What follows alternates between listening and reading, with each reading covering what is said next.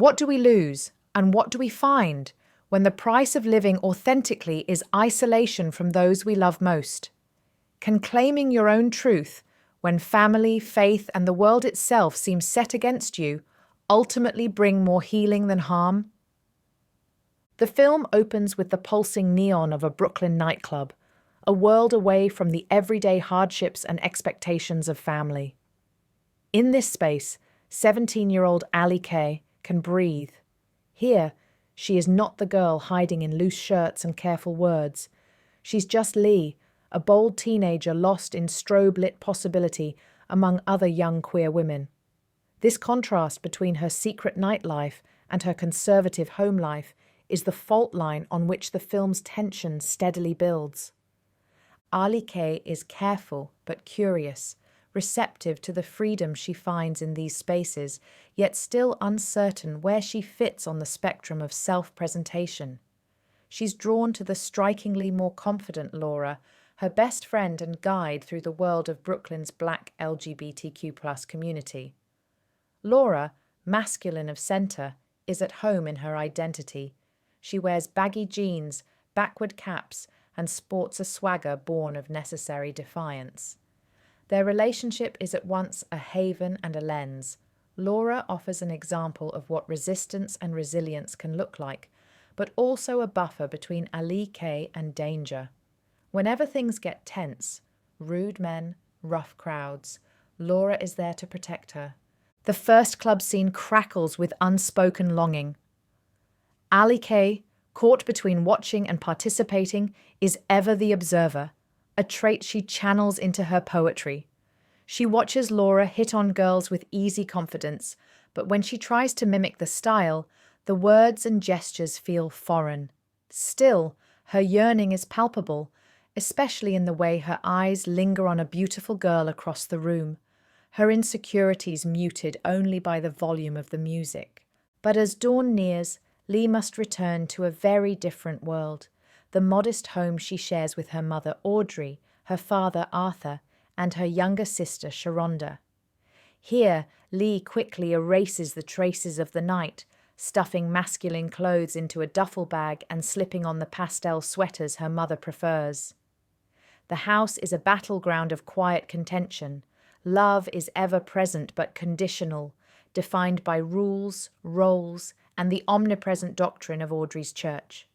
Sharonda, Lee's sister, is obsessed with boys, makeup, and the approval of their mother, standing in glaring contrast to Lee's uncertainty and silence. Audrey fusses about both daughters' behavior, but it is Lee who sets off her radar, a tension that permeates every family meal, every Sunday service. In the light of day, Lee is a standout student, gifted in English and passionate about poetry, a fact that is a source of pride for her family, especially her father. Yet the chasm grows wider. Arthur, a hard-working police detective, is distracted by his own struggles and marital distance, maintaining only a surface connection with his children. He is at once supportive and tuned out, giving Lee enough leeway to feel safe in his presence, but never truly seeing her. Audrey, by contrast, is hypervigilant. She senses her daughter's difference and is determined to fix it with strict rules, demands for femininity, and suspicion toward Lee's only friend. She openly disdains Laura, blaming her for Lee's change and forbidding Lee from spending time with her. In an effort to set Lee on a better path, she pushes her toward Bina, the well-mannered daughter of a church acquaintance. Bina and Lee's early interactions are colored by awkwardness and the expectation that this will be just another failed attempt at forced social connection. Bina, though, surprises Lee. She's witty, a little rebellious, and quickly sheds the church girl persona in private. When she invites Lee over to listen to music and hang out, Lee feels an unexpected ease. These scenes, quietly charged yet cloaked in innocence, are saturated with possibility. For the first time, Lee is noticed for her mind and humor rather than for falling short of her mother's blueprint for daughterhood. Meanwhile, Lee and Laura's friendship deepens and strains with the pressure of Lee's secrets and Laura's bruising honesty. Laura's apartment is as far from Lee's home life as possible. It is a place she shares, somewhat illicitly, with her sister, having been kicked out by a mother who cannot accept her identity. Laura is candid about her pain, but determined to be herself, finding belonging in a circle of chosen family. Noting the difference, Lee pulses between admiration and fear. Laura's apparent freedom has come at a price Lee cannot yet pay. Still, their friendship is foundational, funny, raw, and loving, even as Lee begins to sense Laura wishes for something romantic that Lee can't reciprocate. The reality of Lee's double life is soon brought painfully to the surface. At home, Audrey's attempts at control escalate, buying Lee pink clothes, scrutinizing her every move, and grilling her father to intervene. Arthur, pride bruised by workplace stress and his wife's growing coldness, is content to turn a blind eye. "She's just finding herself," he says, though he doesn't ask who or what Lee might be finding. When Bina invites Lee to her home for a sleepover, the thrill and anxiety build. Alone in Bina's room, music humming through bad speakers, there is a rush of shared secrets and curious glances. When the girls begin dancing and joking about boys, the tension cracks. Bina moves closer and, emboldened by intimacy, kisses Lee. For Lee, everything crystallizes: her queerness, her longing, her hunger to be loved openly, truthfully. The physical connection is tender, tentative, and full of hope. For the first time, Lee's desire is reflected, not hidden. But morning brings a harsh awakening. Bina, now awkward and distant, brushes off their encounter as just fooling around, unwilling to acknowledge more. Lee is devastated, heartbroken by what she took as real. Bina's rejection is a wound, made deeper as Lee struggles to process her feelings in a world that gives her so few mirrors. Laura is there for Lee in her darkest moment. In a quietly wrenching scene, Lee collapses into Laura's arms and sobs out the truth, not just about Bina, but about the total weight of hiding. Laura, tough and gruff, softens. She comforts Lee as only someone who's lived through their own rejection can. Their friendship, complicated but life-sustaining, is the emotional backbone of the story. Family life by now is hanging by a thread. Arthur, after an argument with Audrey about Lee's behavior and her own suspicions, magnified by gossip and a mother's intuition, begins to see what he has long ignored. Audrey, fixated and fearful, acts out in ways both suffocating and cruel. The film's emotional climax erupts when Audrey confronts Lee about her sexuality. Lee, worn down, no longer denies who she is. The confrontation turns aggressive. Audrey lashes out, striking Lee in a moment of rage and repeating the damaging refrain that Lee is an abomination, doomed to hell.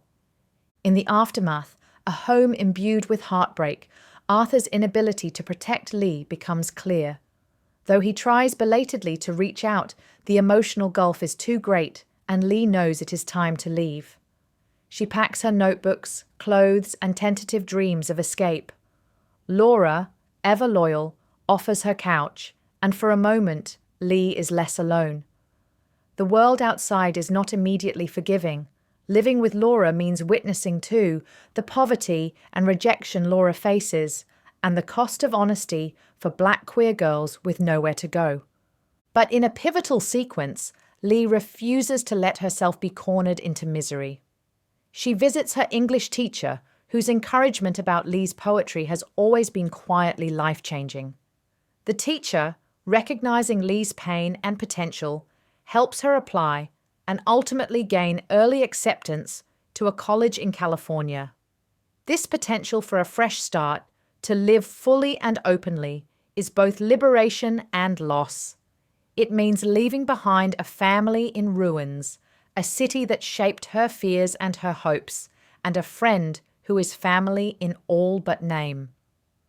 Lee's family does not hug and weep. Audrey cannot forgive what she cannot understand.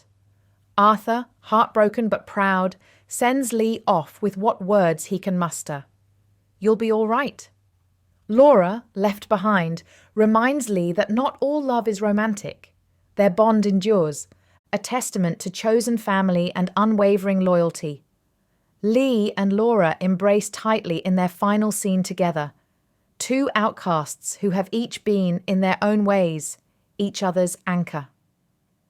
Take care of yourself, okay? Laura says, and Lee promises that she will.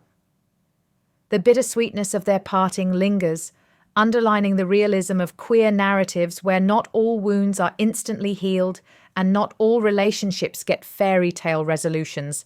Alike's departure is not a flight of defeat, but a declaration of self-authorship, the first painful step in choosing hope over erasure. As she packs her meager belongings, the camera lingers on her reflection in the window. For the first time, she inhabits herself fully. No costumes, no code switching, a girl with close-cropped hair, a poet's eyes and scars that glint like badges. She is moving toward a world unknown, armed with nothing but her words and the certainty that she will no longer deny herself. In the closing moments of Pariah, Lee sits on an empty bus, headed away from all she's known, notebook in her lap. She quietly reads aloud a poem she's written, her voice trembling but resolute. I spent most of my life inside myself. On the outside, I found you. But I was always there. I am not running, I am choosing. I am not broken, I am free. The lines land with a force that reverberates far beyond the theatre, capturing the essence of the journey Lee, and so many like her, have made. The film fades out not on healed relationships, but on the birth of a self, trailing possibilities and pain in equal measure. Pariah is not just the story of coming out, but the story of coming home to yourself. It does not shrink from the reality that for many Black queer girls, the world is unforgiving, and sometimes so is family. But it also refuses despair, insisting that dignity, hope, and authentic connection can grow from ruin. Among the life lessons Pariah imparts, courage is not the absence of fear, but the act of moving forward in spite of it. Lee spends much of the film afraid of her mother, of rejection, of herself, but she ultimately walks into her truth, knowing there may be no welcome waiting. Being authentically yourself costs something, sometimes everything, but that cost is not greater than the loss of your own voice. The pain Lee endures is visceral, but the triumph of her self-acceptance rings louder. Chosen families are lifelines. The tenderness between Lee and Laura is proof that while blood may open or close doors, real kinship comes from shared struggle and radical empathy. Healing is neither instant nor linear. The fractures in Lee's family may never mend, but she forges her own path.